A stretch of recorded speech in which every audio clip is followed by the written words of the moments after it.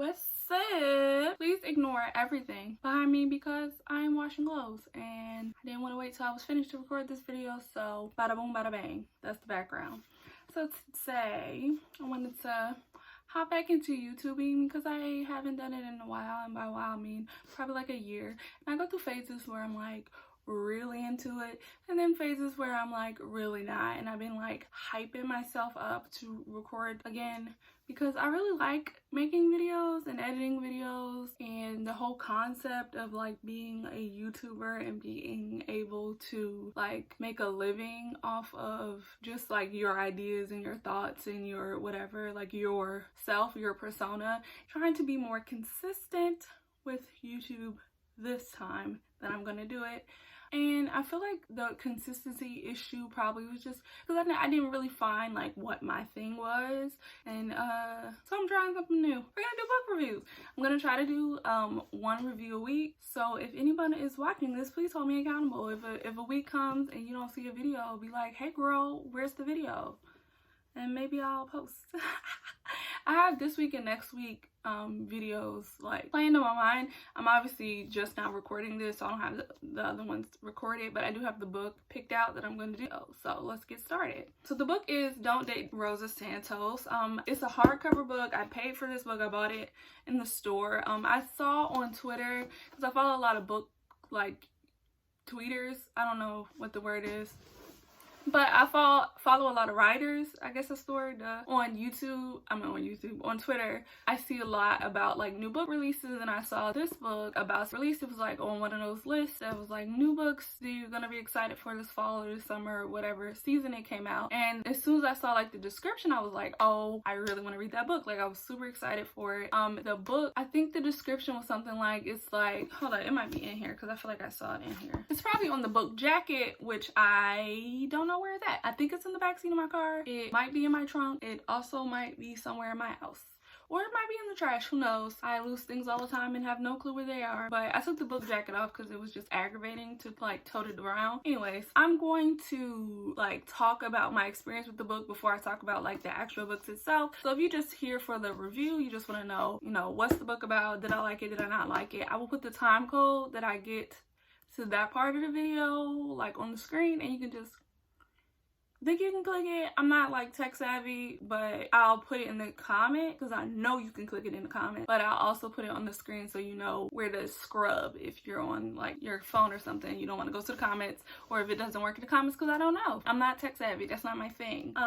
Anyway, so like I said, I follow a lot of writers. I saw this writer is by Nina Moreno, and I don't know if it was her, if it was somebody else. Maybe it was her publisher. I'm not sure. It is a Hyperon book, so I don't know who it was, but somebody had retweeted, and it was basically saying like, it's if you love Jane the Virgin and One Day at a Time or something like that, you'll love it. And those are two of my favorite shows. So I was like, yeah, I love Jane the Virgin, even though Gina wants me to hate her so bad out here calling us niggers. But well, y'all, because she wouldn't talk to me, and I'm just wilding out as per you. But this video is not about that. So anyway, the description was that it was, if you love Jane the Virgin and if you love One Day at a Time, then you'll love this book. And I was like, I love both those things. I love this book, and I'm also trying to be better about reading like own voices books that are written by a diverse writer writing a diverse story, basically. So like the Nina Moreno, I'm assuming is Cuban because the book is very Cuban. And then the main character is Cuban, so boom boom. The next book that I'm reading is an Asian author, and the main characters are Asian. I'm not sure like what country of origin, because I haven't done any, I don't know anything about the next book that I'm reading. I just saw it in Barnes and Nobles, and I was like, oh, I want to read this, and I got it. This is a young adult fiction book, by the way, and most of the books that I will be reviewing will be young adult because that's what I like to write, and that's also what I like to read. But I may like sprinkle in some new adult and maybe like regular adult books. I don't know. And I might also go like a little younger, do a middle grade book. I don't know. Who knows? You know, we're figuring this out together. So anyways, Don't Date Rosa Diaz is about a girl named Rosa Diaz who is raised by her grandmother and her mother, kind of. Her mother's in and out of her life. But basically her grandma, when she was coming to America from Cuba, I think was in like a boat accident, and her while she was pregnant with Rosa's mom, got into some kind of boat accident along with her husband. Her husband died, and then she felt like she was cursed. And then her mom, when she was pregnant with Rosa, was dating a sailor who went out to sea, and then his boat was never found and he died. So basically the Rosa girls have been cursed by the ocean, and if they fall in love with anyone who is a sailor or is on a boat or has anything to do with the ocean, the relationship will end. It will end in death, and everyone will be sad and cry. So the basic plot is just that Rosa lives in this shore town. So even though they're cursed by the water, they are still Caribbean, and I guess her grandmother still loved like being near the ocean, but she didn't go to the ocean. So they lived in like this small, quiet ocean town where everybody knows everybody. Everybody in the book pretty much is like very ethnic, I guess is the word, diverse. What's the dog whistle? Urban. They're all urban. It's mostly Hispanic people, but there are some explicitly described as Black characters, and I think one white character, but the race wasn't like really a big part of it, except for the Cuban thing. It was she mentions a lot that she's Cuban. Her best friend in the book is also Cuban, I think. I might be wrong, but I'm pretty sure she's Cuban. So basically Rosa is living in this quiet town. She's a straight A student. She's doing dual enrollment from her high school and her college, and she's about to graduate high school and go off to college. She got accepted into this program with the College of Charleston so that she can do study abroad in Cuba, because she really wants to go to Cuba and learn her culture. Because I guess the undertone of the book is that because her grandmother feels so cursed by everything that happened with her travel from Cuba to America, that Rosa herself feels like separated from the idea of being Cuban. She speaks a lot about like the cultural things that she is involved in, but she still feels like she's not a real Cuban, and it's not really explicitly said why she feels like that. It might be, and from my like guess, it might be because her grandmother doesn't talk about Cuba at all, so she doesn't really know about like Cuba itself, or it might just be because she is a second generation American, so she might feel separated from Cuba because she's never been to Cuba. So it could be either or. It's not explicitly stated, but that's what I gathered from reading it. Yeah, so she really wants to go to this program so she can go to Cuba, but she's afraid to tell her grandmother. Her best friend knows, and some of her like other townspeople know, but she's basically keeping it hidden because she's afraid to talk to her grandmother about going to Cuba because of how anti-Cuba she is about everything. So then her mother comes back, because like I said, her mom was in and out of her life. After her father died, her mom was just traumatized by the town, and then the whole curse. Everybody like started, like when one person dies in the sea, then it's like, okay, whatever. But when the second generation happens again, then people are like, oh, maybe it is a curse. So she felt like tortured by being in the town. It's her home, but she doesn't feel home, whatever. So she travels a lot, and she's an artist, so she does like paintings all over the place. So her mom comes back, and you basically throughout the story see the relationship between the mom and the daughter, and the grandmother, and how they all interact with each other and how they interact with the town. And obviously, because the name of the book is Don't Date Rosa Diaz, Rosa Diaz meets Alex, who is a sailor. He has his own boat. Obviously, that's where the tension is supposed to come in, right? Or at least that's what I would think, because Rosa is cursed by the sea and she can't go to the sea, and she falls in love with this dude who is a sailor and always on the sea, and he's going on this big boat trip. So this is not spoiler free. I'm gonna sell spoilers because I don't necessarily always know what a spoiler is. For me, I like to know, like, hearing like a big plot point doesn't ruin the story for me, because I like to see the build up. I like to see how we got to that point. Like if you just be like, and then John dies, I'm gonna be like, oh my god, you ruined the whole story. No, because I want to know, how did John die? Why did John die? How did the characters react to John's death? Did his death move the story in a place that I didn't see it going? Did his death progress the story to a place I didn't see it going? Was it predictable? Like what was the circumstances around John's death? So I don't mind spoilers, they don't bother me, but this will be spoiler-y because I don't know what people don't want to know and what people do want to know. So basically the main tension of the story is that Rosa is keeping stuff from her family, and well, she tells her mom, but she doesn't tell her grandmother about her trip, that she really wants to go to Cuba, and then also her relationship with this new guy, Alex. Alex was someone she went to school with, but she didn't quite remember him. He was a grade ahead of her and very quiet and shy. He went off to college and then came back because I guess he hated college. I don't know. It wasn't like explicitly said that he like flunked out or anything. It's just that he went off to college knowing that he didn't want to go to college, and then he came back because he wanted to prove to his parents that he could be or make a life as a sailor. Bought a boat. He works on a boat, and he was helping with some kind of wildlife, like earth, what is it called, conservation. There we go. He was working with some kind of conservation program with the college to help save like the marina where they live. So, oh, that's also a big plot point in the story, that the marina is like being bought off and gentrified pretty much, and they're trying to save like the businesses, so they're having a big festival. Those are like the big story moment or story like conflicts in the story. The marina being maybe sold off, changing and gentrifying, Alex and Rosa relationship building, and then Rosa's conflict within her parent, or her mom and her grandparent, or her grandmother, I should say.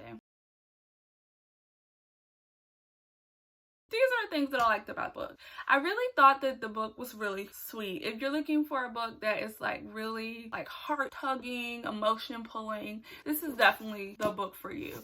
It's very sweet, very sappy. There's a lot of emotion. There's a lot of family dynamics if you're really into that. I do agree that it does remind me some of Jane the Virgin in the relationship between the mom, daughter, and the grandmother, and also that reminds me a lot of Gilmore Girls, which is another one of my favorite shows. It's just like, you know, the characters are very well-ish developed. You understand who Rosa is and what she values. You understand who her mother is, and sort of get a little bit of backstory and understanding of why her mom feels like she can't just like stay there and be a mom, and why she has to, you know, travel and find her roots and whatever.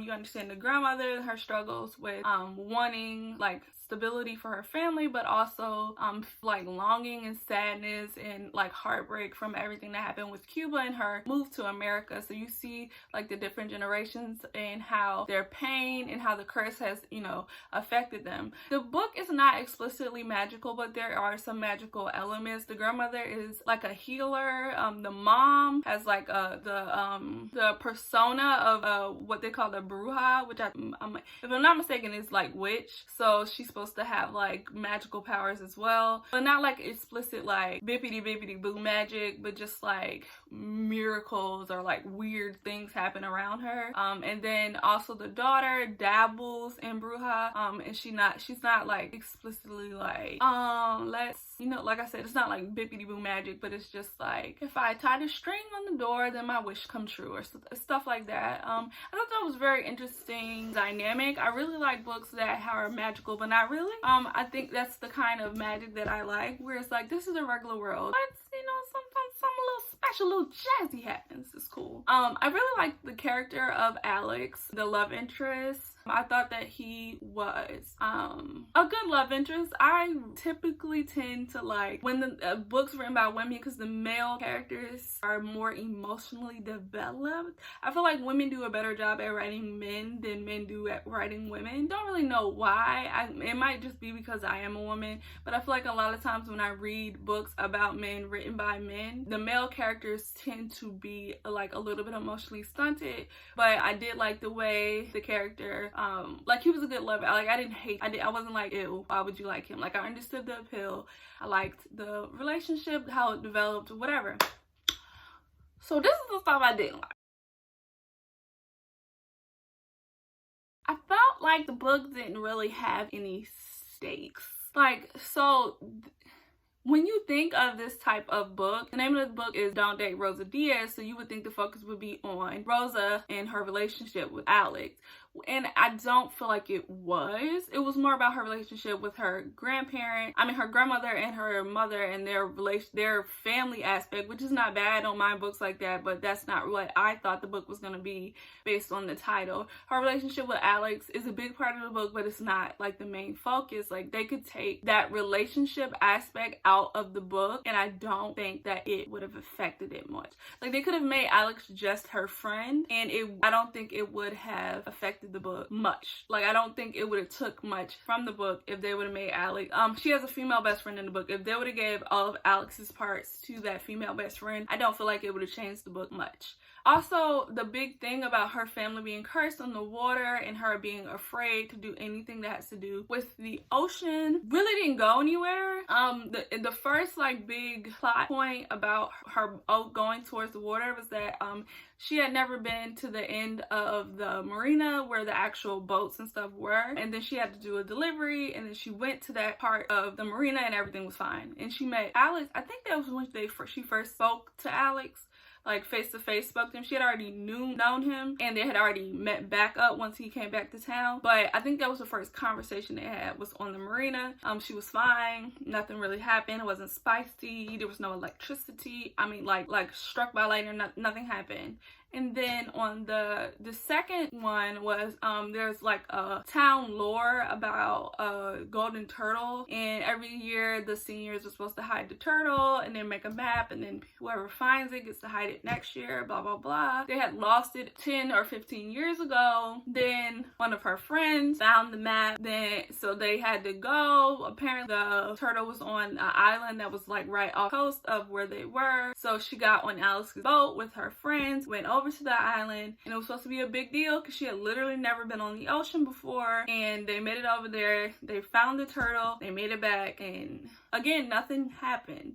Like, it's not like, you know, it was a storm and like something exciting shook it up, like. And it also didn't really move the plot in any way, in my opinion, because like I guess it was supposed to show us that she was like growing as a person because she was able to get on the boat and go. I just was like, oh, okay. It just made me feel like, what were you afraid of if nothing happened? I don't know. Maybe that was just me. Like, okay, so you got on the boat and you went to where you were going. And she also didn't, like, she didn't have like a panic attack before she got on the boat, or like contradict herself or fight. She didn't fight with herself on whether or not she should do it. It was just like, hey, Alex, you have a boat. We need a boat. He was like, sure. She was like, okay, I'm scared. And he was like, you'll be fine. And then they got on the boat and they went, and then she was fine. And then the end of the thing, and this is kind of a spoiler, like a bigger spoiler, so like, if you don't want to know how the book ends, then I'll just say this: I like the book. I feel like it was a good read. If you want to read it, I would not pay for it. I would not tell you to go to Barnes and Nobles and drop the $20-ish I probably spent on it. I don't remember. I did get this from Barnes and Nobles too. I don't remember how much I spent on it, but I can look it up. It is hardcover, so that also, you know, escalates the price. It probably wasn't $20. It probably was closer to $15 or $18 or something like that. But I'll put the price on the screen. I do like the book. I wouldn't pay for it. I would say go to your library, or if you got one of them apps, like Scribd, that will let you read books on the app and you just pay a monthly fee, I would say do that because it's a good read. Like I said, it's very emotional. It very tugs at the heartstrings, but I don't think it was worth the hardcover price. That's just maybe the paperback price. If you want to throw $10 at it, I wouldn't fault you for that. Or if you just want to support the writer, if you just really deeply care about, giving money to marginalized peoples, then by all means buy the book. I'm not telling you not to buy a book. I'm just saying, me, myself, personally, wouldn't buy the book on hardcover because I probably won't read it again. But anyway, so the book ends with her and her mother. Her grandmother dies. It's sad. And then her and her mother decide to go on a trip to Cuba to lay her grandmother's ashes back in Cuba. It's like a really sweet like moment and gesture. And I honestly didn't even realize that's what was happening at first. But once it clicked in my brain, I was like, oh, they're gonna lay her ashes in Cuba. That's sweet. So they bring her back to Cuba and they have this whole big magical moment. She flies, and it's her mom's first time ever leaving America, and she's going going across the ocean. 2, her mom has never been over the ocean since she came from Cuba. So again, it's very emotional, very, you know, and even that felt like I felt more emotion about her mother going across the ocean for the first time than I felt about Rosa going across the ocean for the first time, because she seemed like she didn't care. The way her character was written was like, I did it, whatever. And then, but the mom had a little bit more gravitas, or whatever the word is, about going across the ocean. So they go, and then, I don't know. The ending was very sweet. I really liked it. I don't wanna like give away too much, but the ending was very sweet, and I like the way it ended. And I very seldom like the way books end, because I'm always like, well, what about this storyline? What happened here? Or what happened to this character? Or what happened here? I always want to know more, but I feel like they wrapped it up very nicely, very succinctly, and it was good. It was good. So yeah, that's all I got for today.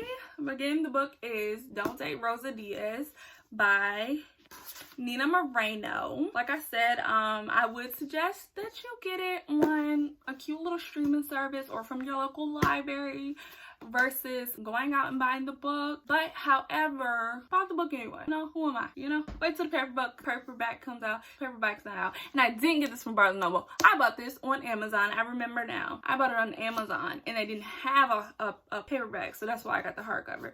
So wait for the paperback to come out and buy that instead. Throw a little money. So in the comments below, put a book that you want me to do a review on, to read and do a review, because I like reading and I will spend some money on some books, so I will buy. You know, just put it in the comments. Oh, or if you don't have a book specifically, you can do an author. Put in the comments an author you want me to read a book by, or a couple books by. I do have a bunch of books by Sarah Oaklear that I really love. They're not own voices, because I'm pretty sure Sarah Oaklear is white, but her characters are not. So I might review some of those that I really love. Yeah, so that is it. I guess I will see you next week.